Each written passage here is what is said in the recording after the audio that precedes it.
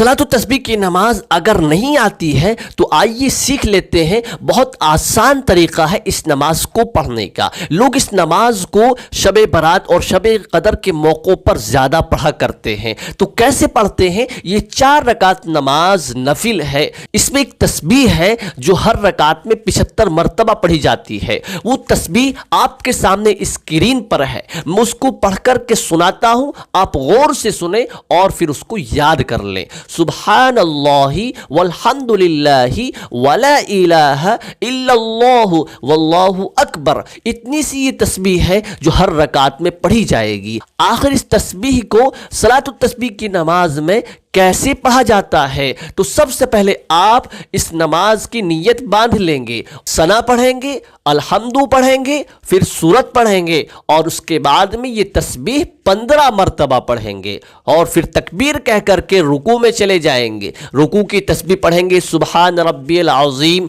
3 मरतबा या 5 मरतबा और फिर इस तस्बीह को 10 मरतबा पढ़ेंगे। उसके बाद अल्लाहु अकबर कह करके रुकू से खड़े हो जाएंगे और खड़े होकर के फिर 10 मरतबा इस तस्बीह को पढ़ा जाएगा। फिर अल्लाहु अकबर कह करके सजदे में चले जाएंगे और सजदे की तस्बीह पढ़ेंगे सुबहान रब्बियल आला 3 मरतबा या 5 मरतबा। सजदे की तस्बीह के बाद में इस तस्बीह को 10 मरतबा पढ़ेंगे। उसके बाद अल्लाहु अकबर कह करके सजदे से उठेंगे और फिर 10 मरतबा बैठे बैठे पढ़ेंगे और फिर दोबारा सजदे में चले जाएंगे। सजदे की तस्बीह के बाद फिर 10 मरतबा पढ़ेंगे और उसके बाद अल्लाहु अकबर कह करके फिर सजदे से उठेंगे और फिर डायरेक्ट आपको दूसरी रकात के लिए खड़े नहीं होना बल्कि 10 मरतबा इस तस्बीह को पढ़ना है। उसके बाद आप दूसरी रकात के लिए खड़े होंगे। ये एक रकात में 75 मरतबा है।